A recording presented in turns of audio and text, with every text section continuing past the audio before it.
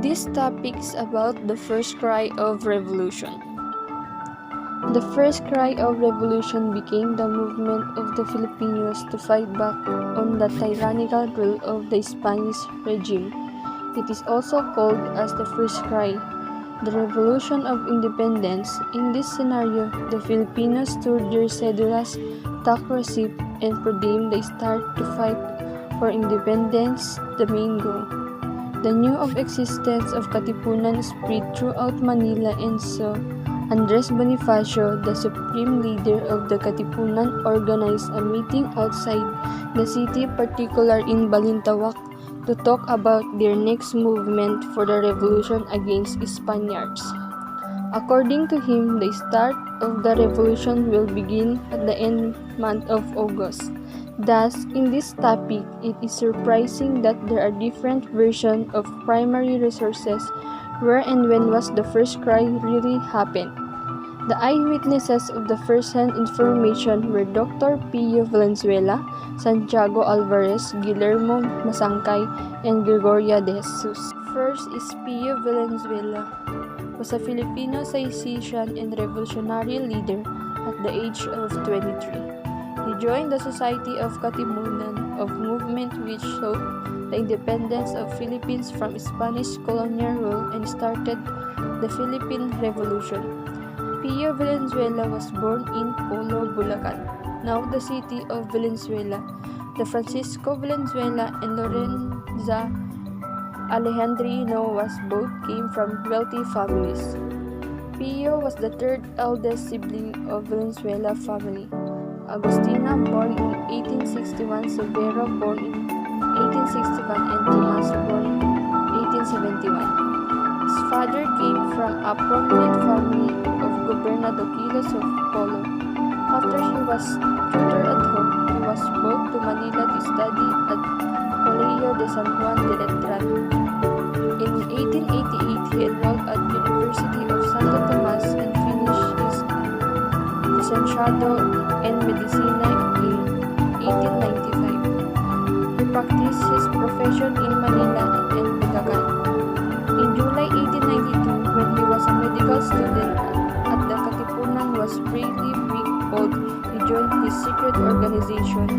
He became a close friend of its founder Andres Bonifacio, and was godfather to the first child of Bonifacio and Gregoria de Jesus. After their house burned down, Bonifacio and his family lived with Valenzuela.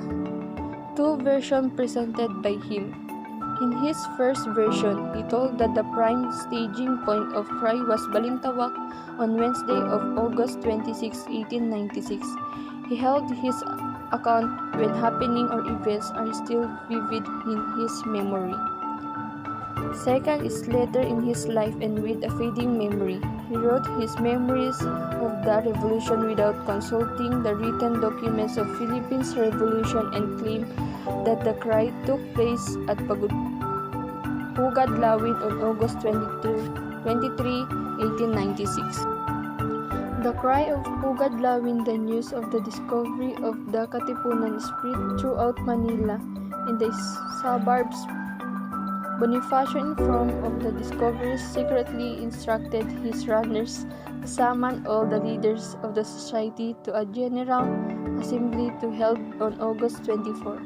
They were to meet at Balintawak to discuss the step to be taken to meet the crisis.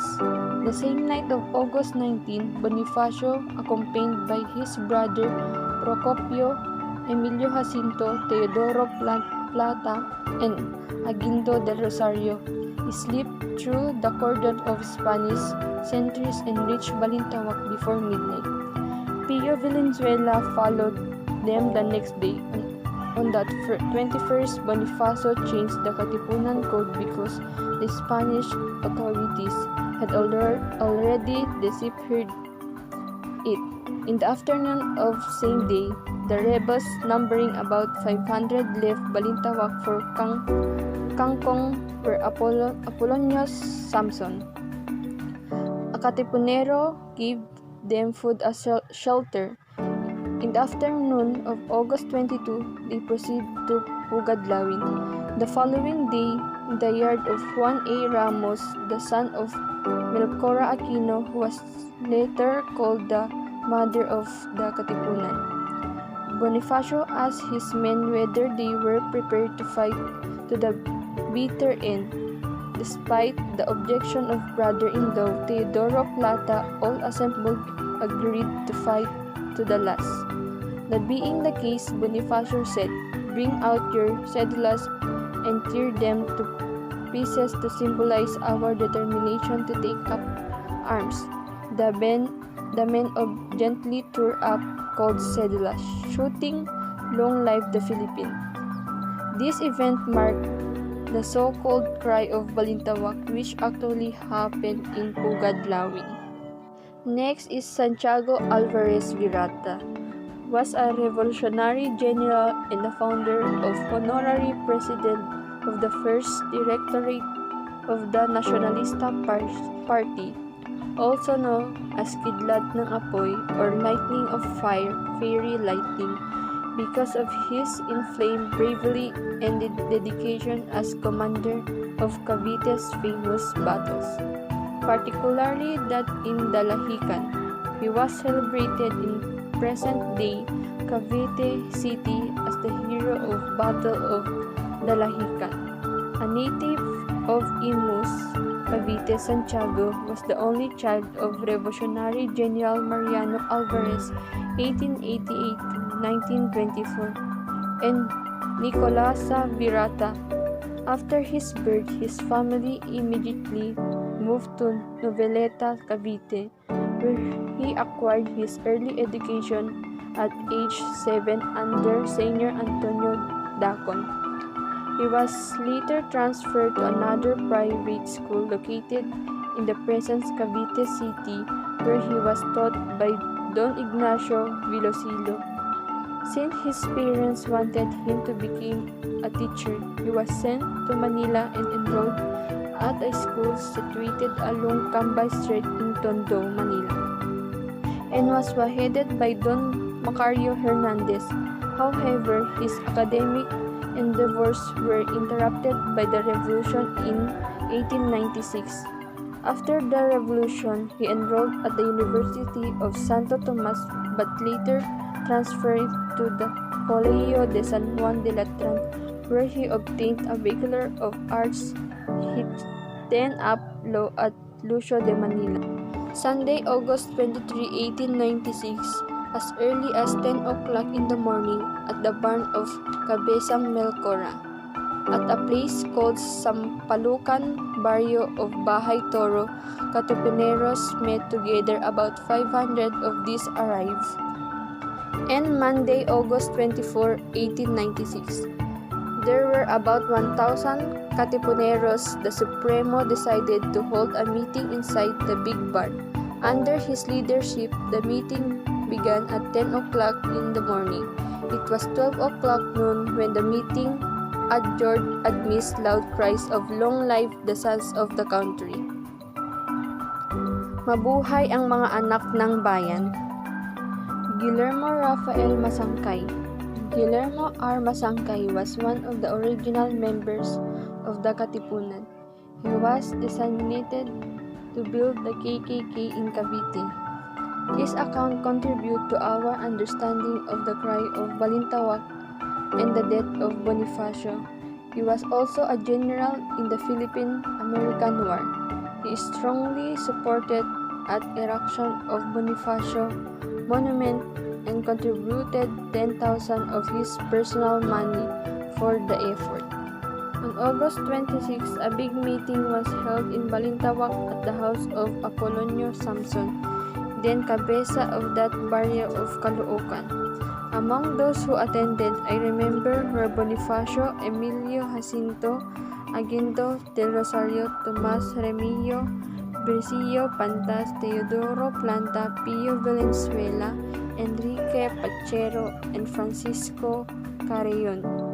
They were all leaders of Katipunan and composed the board of directors of the organization. Delegates from Bulacan, Cabanatuan, Cavite, and Morong were also present. Is Gregoria de Jesus, also known by nickname or Yang, was the founder and vice president of the women's chapter of the Katipunan of the Philippines. She was also the custodian of the documents and seal of Katipunan. She married God Andres Bonifacio, the Supremo of Katipunan and president of the Katagalugan revolutionary government. She played a major and one of the important roles in the Philippine Revolution. After the death of Bonifacio, she married Julio Nakpil, one of the generals of the revolution. She had one son from Andres Bonifacio and 5 children from Julio Nakpil. Gregoria de Jesus was born in town of Caloocan, Manila, to a middle class, pious Roman Catholic family. Her father, Nicolas de Jesus, was a carpenter who later served as Gobernadorcillo as a young girl. She was an exceptional student and a silver medal received in an examination organized by the Governor General and local parish priests. When she became a secondary school student, she was included by her parents to stay home and look after her younger sister and the family farm, since both of her older brothers had moved to Manila to continue their education.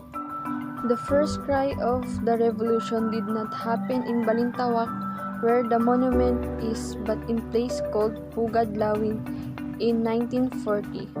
A research team of foreigners of the National Historical Institute, which included Valenzuela, identified the location as part of Sitio Gulod Banlat, Caloocan City. In 1964, the National Historical Institute described this location as the House of Tandang Sora. They wrote "Long Life Philippine Independence" on the cave walls, which some Filipinos historians consider the first cry.